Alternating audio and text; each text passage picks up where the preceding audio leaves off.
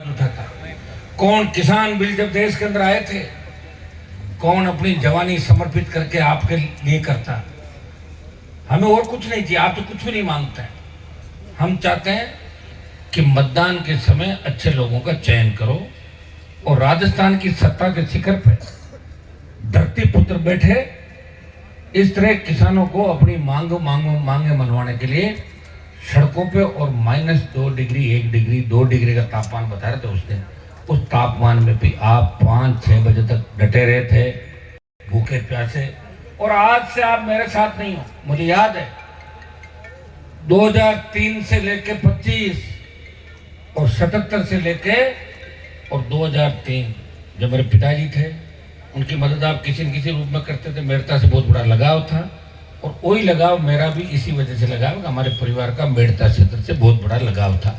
और मेड़ता से लगाव इसलिए भी है कि जब मैंने पार्टी बना के चुनाव राजस्थान में लड़े तो 3 विधायक जो राजस्थान के अंदर आए थे उसमें खींवसर में मैं जीता, मेड़ता में इंदिरा जी और भोपालगढ़। ये राजस्थान के अंदर एक नक्शा लोगों के जहन के अंदर उतरा कि 3 विधानसभा क्षेत्र ऐसे हैं, मेड़ता, खींवसर, भोपालगढ़, जो राजस्थान की आने वाली राजनीति का तय करेंगे और राजस्थान का भविष्य तय करेंगे। दुर्भाग्य से हमारे पार्टी के अंदर लाखों लोग, वोट कोई कम नहीं हुआ, हमारा 10 लाख के करीब वोट आया, लेकिन जिन बच्चों को हम आगे बढ़ाने का प्रयास करते हैं वो जल्दी भटक जाते हैं।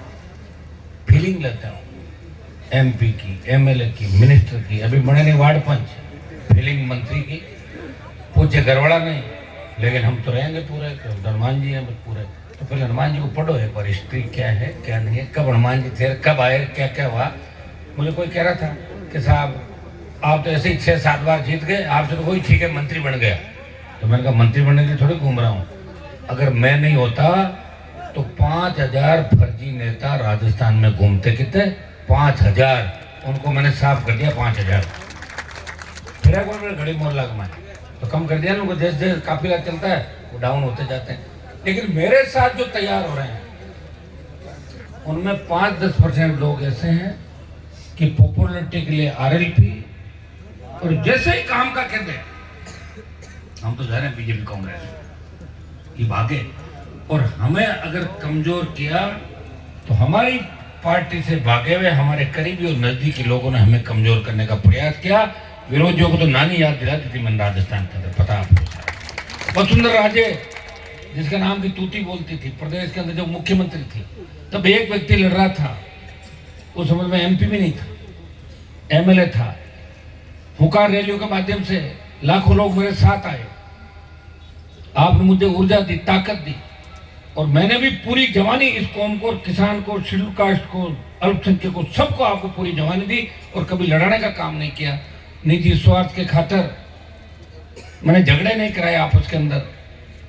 मेरे RLP का कोई भी कार्यकर्ता, नौजवान, किसी जमीन पर कब्जा नहीं करता, नशे का कारोबार नहीं करता और अन्याय नहीं करता। और अन्याय करता है, कब्जा करता है, मुझे पता लग जाता है तो अगले दिनों राष्ट्रीय लोकतांत्रिक पार्टी छोड़ के दूसरी ओर चला जाता है। इतनी अनुशासन हमारी पार्टी के अंदर भाई है कि नहीं, ये तो बताओ।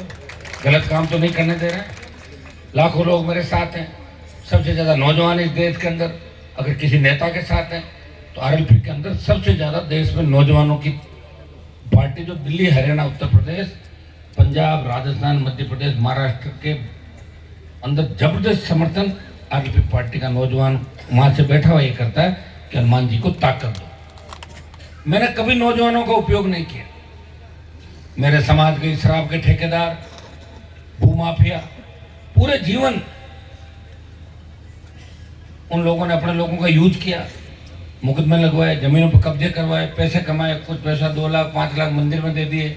लोग ताली बजा कर साहब 5 लाख दिया, बोलो जय। ऐसे थोड़ी जय बोली जाती है। जो गरीबों का शोषण करके अगर जय बुलवाता है, ऐसे लोगों को मंचों पे मत आने दो, तभी आने वाली पीढ़ी आपकी बचेगी। सिर्फ ये ध्यान रखो कि संघर्ष करके कौन व्यक्ति आए। हम नशे के खिलाफ बात करते हैं। मैं नौजवानों को हमेशा एक बात कहता हूं कि नौजवान अगर नशे में डूब गया तो बताओ ताकत क्या? हमारी ताकत तो नौजवान है। और नौजवान अगर नशे में डूब गया, वो MD इसमें गांजा चर्च में डूब गया और वो इस तरह सड़कों में वाहन चलाएगा, एक्सीडेंट हो जाएगा, कमजोर हो जाएगा, अपराध की दुनिया में चला जाएगा, खुद को कमजोर कर लेगा, तो आज वर्ल्ड में भारत युवाओं का सबसे बड़ा देश है। फिर ये होगा कि वर्ल्ड में सबसे कमजोर युवा किस देश के हैं, वो भारत के हैं। ये बात वर्ल्ड और इस देश के अंदर प्रमुखता से छपेगी। तो तुम कैसा भारत चाहते हो ये बताओ मुझे। तुम ये चाहते हो ना कि एक नौजवान है, उसके घर में छोटे भाई बहन है, उनको अच्छी पढ़ाई लिखाई हो, अच्छी वो स्टैंडर्ड की लाइफ जिए, चाहते हो नहीं चाहते हो? तो फिर कैसे होगा? एक भाई है, अगर वो नशा करने लगे तो छोटे भाई बहन रोते रहेंगे, उसको ढूंढते रहेंगे, साहब वो नशा करता है, क्या करना, सब छुड़ाओ। नौजवानों को एक संदेश है मेरा, नशा एक ही चीज का रखो कि 2028 के अंदर राजस्थान की सत्ता पे कब्जा करना है। एक बार सत्ता का आनंद ले लो आप लोग। हरियाणा, उत्तर प्रदेश, पंजाब, दिल्ली, तमाम जो राज्य हमारे आसपास और इस देश के अंदर जहां भी कांग्रेस भारतीय जनता पार्टी की दादागिरी खत्म हुई, वहां क्षेत्रीय पार्टियों ने मजबूती के साथ तीसरा मोर्चा बना के और इन दलों की दादागिरी खत्म करी। तीसरे मोर्चे के बिना कुछ भी नहीं होगा भाइयों। मिड डे मील घोटाला ही देख लो आप, जो प्रमुख व्यक्ति था उसका एंटी करप्शन ब्यूरो में एफआईआर से नाम गायब कर दिया। ये होता मिला जुली का खेल। मेरी आय जब तू ले और तेरी आय जब मुझे दे। एक रोटी है, उसको एक बार इधर से सेक लो और एक बार से इधर। माइंड सेट है, एक बार कांग्रेस और एक बार बीजेपी। इससे ज्यादा सोचते नहीं। और हम खराब हो रहे लोग ऐसा थारो नाम होगो तो नाम तो मरने के बाद काम आता, अभी क्या काम है नाम का? मरने के बाद तो सही मूर्तियां लग जाएगी, मरने के बाद ये हो जाएगा। अरे जिंदा क्या करें, लोकतंत्र के अंदर कलम चलनी चाहिए। और कलम कब चलेगी? जब जगह जगह मुझे विधायक दोगे आप। जगना के अंदर लक्ष्मण जी लड़े, थोड़ा लेट हुए, फिर भी 15,000 वोट लिए। आज नागौर संसदीय क्षेत्र के अंदर तो ये होना चाहिए कि राष्ट्रीय लोकतांत्रिक पार्टी की राजधानी कहाँ है? नागौर। खीमसर की सीट आपने ऐसे आदमी को दे दी, कितनी बड़ी बदनामी कराती। पढ़ा लिखा आदमी ने। अब हर जगह लोग कहते हैं कि अभी तो नागौर में लोग पिछड़े हुए हैं, ये रहे साहब इनको देख लो। आज मैं घूमता नजर आता हूँ दिल्ली में तो कहते हैं हनुमान जी देखो कितने बढ़िया नागौर के रहने वाले। तो आपने सोचा ही नहीं 10-15 हजार लोग वोट डाल गए। हमारे बूनरावता में घटना हुई, पुलिस ने कोई उन्होंने अपराध नहीं किया बूनरावता के ग्रामीणों ने, लेकिन माइनिंग वालों ने पथराव किया।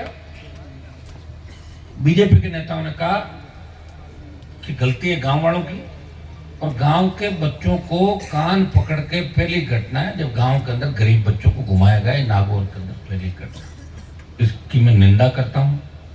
कल ही मेरे पास लोग वाग आए थे, मैंने पुलिस को अधिकारियों से बात करी, गलत मुकदमों में आप लोगों को मत फंसाओ, क्योंकि सरकार के अंदर पता ही नहीं चल रहा चल किसकी रही है।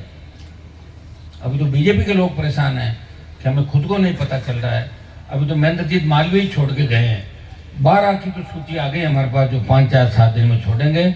मुझे लग रहा है भारतीय जनता पार्टी छोड़ने की एक श्रृंखला एक चालू हो जाएगी और बहुत से लोग बीजेपी छोड़ गए, लेकिन वो इधर मेरी तरफ नहीं आ रहे हैं, वो कांग्रेस की तरफ जा रहे हैं, क्योंकि उनको पता हनुमान जी की तरफ जाएंगे, ईमानदारी की बात करनी पड़ेगी।